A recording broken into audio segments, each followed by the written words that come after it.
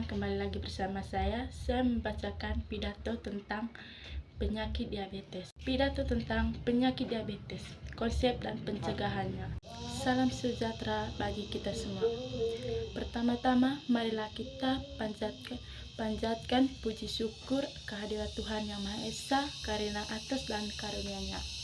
Pada kesempatan ini, saya ingin menyampaikan pidato dengan tema penyakit diabetes, konsep dan cara pencegahannya. Teman-teman semua, apakah teman-teman sudah mengetahui apa itu penyakit diabetes? Nah, kali ini saya akan membahas berkaitan dengan penyakit diabetes.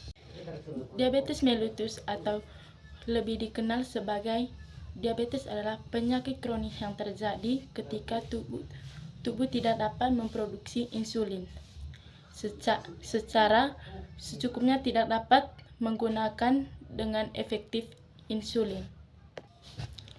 Insulin adalah hormon yang mengatur kadar gula glukosa dalam darah.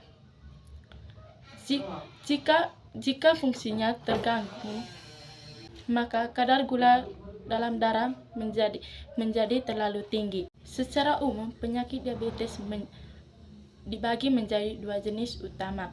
Yang pertama, diabetes tipe 1, yang biasanya terjadi sejak usia muda karena tubuh sama sekali tidak memproduksi insulin.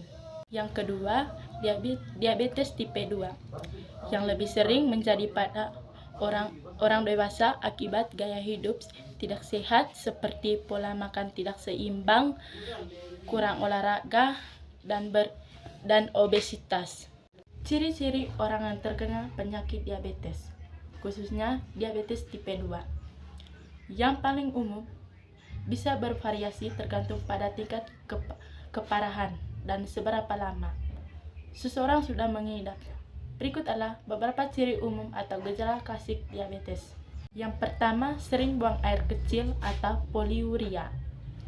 Gula darah tinggi membuat ginjal bekerja lebih keras untuk menyaring kelebihan glukosa, sehingga menyebabkan sering buang air kecil, terutama di malam hari.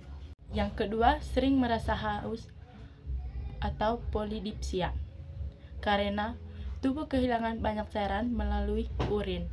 Penderita akan sering merasa haus. Yang ketiga, sering merasa lapar atau polifagia. Meski sudah makan, tubuh tidak bisa menggunakan glukosa dengan efektif, sehingga penderita tetap merasa lapar. Yang keempat, berat badan turun tanpa sebab yang jelas. Tubuh mulai membakar otot dan lemak untuk energi karena tidak bisa menggunakan glukosa dengan baik. Yang kelima, mudah lelah atau lemas. Kekurangan energi karena sel tidak mendapatkan cukup glukosa. Yang keenam, luka sulit sembuh. Aliran darah yang kurang baik dan gangguan pada sistem kekebalan tubuh untuk membuat penyembuhan luka jadi lebih lama. Jika tidak ditangani dengan baik, diabetes dapat menyebabkan komplikasi serius seperti serangan jantung, stroke, gangguan ginjal, bahkan amputasi. Lalu, bagaimana cara mencegah diabetes?